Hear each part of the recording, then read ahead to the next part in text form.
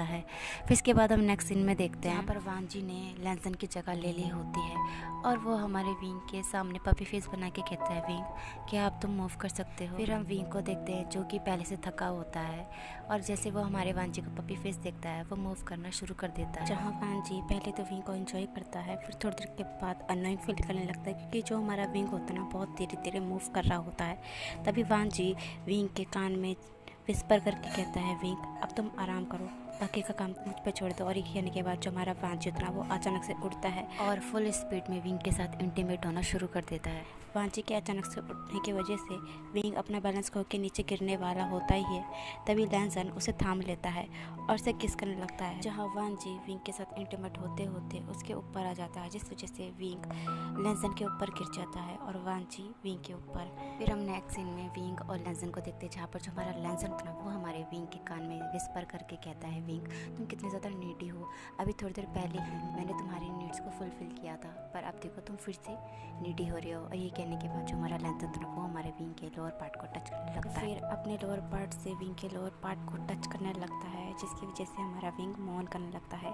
फिर लंजा विंग के ईयर्स को सक्कर लिक और बाइट करने लगता है, जिसकी वजह से विंग की बॉडी शुगर करने लगती है। और दूसरी तरफ जो हमारा वांची होता है वो हमारे विंग के ऊपर झुक जाता है, जिसकी वजह से विंग अब लैंसन को भी महसूस कर पा रहा था वांची के साथ साथ। और यहाँ पर ऐसे ही वो तीनों एक साथ इंटीमेट होते हैं और फिर यहाँ से सीन कट हो जाता है। फिर इसके बाद हम नेक्स्ट सीन में उन तीनों को पीसफुली सोते हुए देखते हैं। फिर हम नेक्स्ट सीन में विंग को देखते हैं, जहाँ पर जो हमारा विंग होता है वो बहुत ज़्यादा हैप्पी होता है क्योंकि वो जल्दी बेबी को बर्थ देने वाला होता है, जिस वजह से वो तीनों ही बहुत ज़्यादा खुश लग रहे थे। यहाँ पर जो हमारा विंग होता है ना बहुत ज़्यादा हैप्पी होता है क्योंकि उसके दोनों हस्बैंड उसका बहुत ज़्यादा ध्यान रखते थे कि लैंसन हमारे विंग को नए नए तरीके की डिशेस खिलाता था, जिस वजह से जो हमारा विंग होता है बहुत ज़्यादा हैप्पी होता है। दूसरी तरफ जो हमारा वांची होता है बाहर से विंग के लिए बहुत सारे क्लॉथ लेकर आता है और स्पेशली चाइल्ड्स के लिए, जिसे देखकर जो हमारा विंग होता है ना और भी ज़्यादा हैप्पी हो जाता है। ऐसे ही तीनों के तीनों अपना क्वालिटी टाइम स्पेंड करते थे। फिर जल्द ही विंग ने 2 बेबी को बर्थ दिया, जहाँ दोनों उसे बेबी बॉयज हुए थे, जहाँ एक का नाम युआन था और दूसरे का नाम आयुअन था। दोनों ही रोते रहते थे और विंग को बहुत ज़्यादा तंग करते थे, जहाँ विंग सो नहीं पाता था और ना ही अपने हस्बैंड्स को टाइम दे पाता था। जो हमारा विंग उतना बहुत ज़्यादा लकी होता है क्योंकि हमारे वांजी और लैंसन हमारी विंग की हेल्प करते थे। फिर इसके बाद देखते देखते 1 साल गुजर जाता है, जहाँ पर हम दोनों ही चाइल्ड्स को देखते हैं जो कि एक तो मिट्टी में खेल रहा होता है और दूसरे खरगोशों के साथ खेल रहा होता है।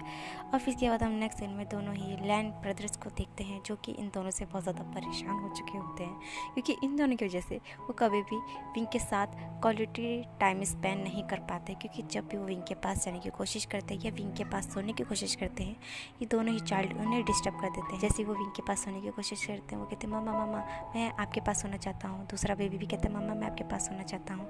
और इस वजह से उन दोनों को ही बेड पे जगह नहीं मिलती और उन दोनों को ही दूसरे रूम में सोना पड़ता है। और जब वो विंग के साथ थोड़ा रोमांटिक टाइम स्पेंड करने लगते हैं तभी दोनों बेबीज मम्मा करते हुए विंग के पास आ जाते हैं और उससे लिपट जाते हैं, जहाँ विंग उन्हें गोद में उठाकर उनके साथ खेलने लग जाता है और उन दोनों के बारे में भूल ही जाता है, जिसकी शिकायत वो दोनों ही लैंड ब्रदर्स एक दूसरे के साथ कर रहे होते हैं। दोनों ही बहुत ज़्यादा परेशान लग रहे होते हैं। तभी जो हमारा लैंसन होता है वो कहता है कि ब्रदर मेरे पास एक प्लान है, जिस प्लान को हमारा लैंसन वांची को बताता है, जिसे सुनने के बाद जो हमारा वांची